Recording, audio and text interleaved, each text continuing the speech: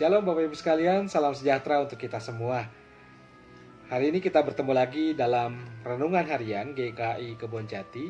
Masih dalam seri khotbah di bukit. Kita akan sama-sama merenungkan satu bagian, yaitu tentang ibadah yang sejati, dalam hal ini hal berpuasa. Dan bacaan kita diambil dari Matius 6 ayat 16 sampai ayatnya nanti yang ke-18. Saya akan membacakannya untuk saudara sekalian.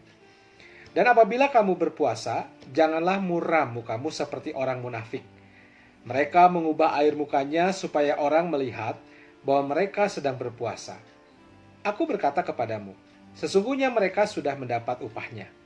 Tetapi apabila engkau berpuasa, minyakilah kepalamu dan cucilah mukamu, supaya jangan dilihat orang bahwa engkau sedang berpuasa, melainkan hanya oleh Bapamu yang ada di tempat tersembunyi.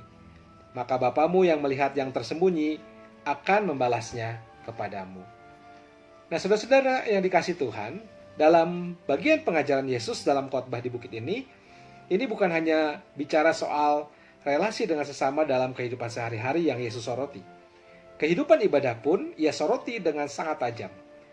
Yesus menuding kebiasaan ibadah yang pada hakikatnya bukan ibadah, tetapi pertunjukan kesalehan di hadapan orang lain. Nah, 3 contoh kehidupan ibadah yang bisa jadi munafik dan dibongkar oleh Yesus adalah soal sedekah, soal berdoa, dan soal berpuasa. Dan hari ini secara khusus kita berbicara tentang hal berpuasa. Apa yang Yesus ajarkan mengenai hal ini? Yang pertama, saudara, ibadah tidak boleh berdasarkan pada motivasi yang salah. Sedekah, berdoa, juga berpuasa tidak akan berarti apa-apa kalau bertujuan semata-mata untuk kepentingan diri kita sendiri. Seperti yang kita baca di ayat yang kedua, kelima, dan ke-16. Maka itu berpuasa semestinya dilakukan sebagai sarana untuk kita mendekatkan diri kepada Tuhan. Yang kedua, saudara, ibadah harus dilaksanakan untuk menyenangkan hati Allah. Puasa adalah sarana mendekatkan diri kita kepada Tuhan, agar supaya kita lebih mengerti kehendaknya yang lebih spesifik dalam hidup kita. Dan yang ketiga, cara beribadah juga harus benar. Dalam Alkitab, berpuasa sering dikaitkan dengan doa. Namun puasa harus dipandang sebagai suatu tindakan rohani tersendiri. Berpuasa dapat disebut sebagai berdoa tanpa mengucapkan kata-kata, tetapi lebih kepada tindakan. Maka itu petunjuk Tuhan Yesus tentang puasa ini menunjukkan bahwa kebiasaan berpuasa ini masih terus dilakukan orang sampai saat ini, termasuk oleh para muridnya. Di dalam Perjanjian Lama, berpuasa massal dilakukan pada hari raya perdamaian. Misalnya kalau saudara membaca dalam bagian Imamat 16 ayat 29. Berpuasa juga dilakukan secara pribadi sebagai ungkapan permohonan doa yang sungguh ketika umat menghadapi masalah berat atau untuk mengungkapkan penyesalan atas dosa yang sudah mereka lakukan. Di dalam Perjanjian Baru, puasa dilakukan gereja bahkan untuk menyiapkan mereka bagi misi Allah yang dipercayakan. Saudara bisa membaca misalnya dalam Kisah Rasul pasal ke-13 ayat ke-2 sampai ke-3. Nah, disiplin puasa, saudara, baik untuk dilakukan.